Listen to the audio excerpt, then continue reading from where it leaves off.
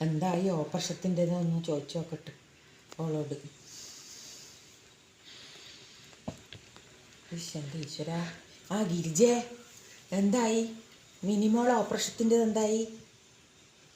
ആ അതെയാ, ഡോക്ടർ എത്തിയിട്ടില്ല? എല്ലമ്മ കഴിഞ്ഞ ആഴ്ച ഡോക്ടർ പുറപ്പെട്ടിനെന്ന് പറഞ്ഞിട്ട്.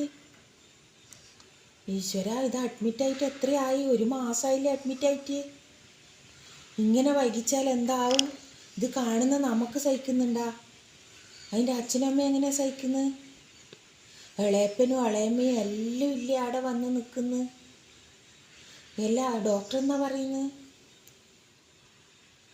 ഓ, വിമാനമില്ലേ ആടെ? മയ്യ അമേരിക്കയിൽ? അമേരിക്കയിൽ മയ്യായിട്ട് വിമാനമില്ല? അടുത്ത് പറയാം വിമാനമില്ലായിട്ടാന്ന് പുറപ്പെടാത്ത ഡോക്ടർ. ഞാൻ പറഞ്ഞുതരാം, ഞാൻ ചോദിക്കട്ടെ. വിമാനമില്ലായിട്ടാന്നല്ലേ പുറപ്പെടാത്തത്? നമ്മളും ഇങ്ങനെ വിചാരിക്കുന്നു ഈ ഡോക്ടർ എന്താ ഇങ്ങനെ പുറപ്പെടാത്തതെന്ന്. അപ്പോൾ അടുത്ത ആഴ്ച ഓപ്പറേഷൻ ഉണ്ടാവുക? ശനക്ക് പേടിയാകുക തന്നെ. ഇവിടെ കറണ്ടില്ല, അതുകൊണ്ട് കാണാൻ പറ്റുന്നില്ല.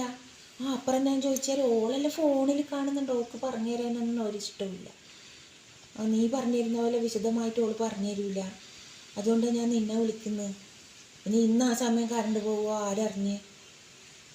പക്ഷെ എൻ്റെ ഈശ്വര, എന്തൊരു ഡോക്ടറാണ്. എന്നാൽ വിമാനമില്ലേ? വേറെ സ്ഥലത്തോട്ട് വിമാനം ഉണ്ടാവില്ലേ? അതിലിട്ട് വന്നൂടെ അവർക്ക്? ഈ കുട്ടി എത്ര 2 ആഴ്ച അഡ്മിറ്റായിട്ട് ഇങ്ങനെ പെടുവടപ്പടക്കുമ്പോൾ അല്ലേ ഇടയ്ക്ക് ബോധം പോകുന്നു, വരുന്ന്, ബ്ലഡ് കയറ്റുന്നു.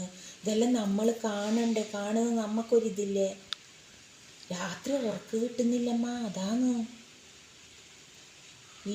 ഇതാ ഇന്നും ചിലപ്പോൾ കറണ്ട് ഉണ്ടാവില്ല. ഞാൻ നിന്നെ വിളിക്കും, നീ എനിക്ക് പറഞ്ഞു തരണം കേട്ടാ. ശരി, വെച്ചോ. ഞാൻ ഓർക്കൊന്ന് പറഞ്ഞു കൊടുക്കട്ടെ.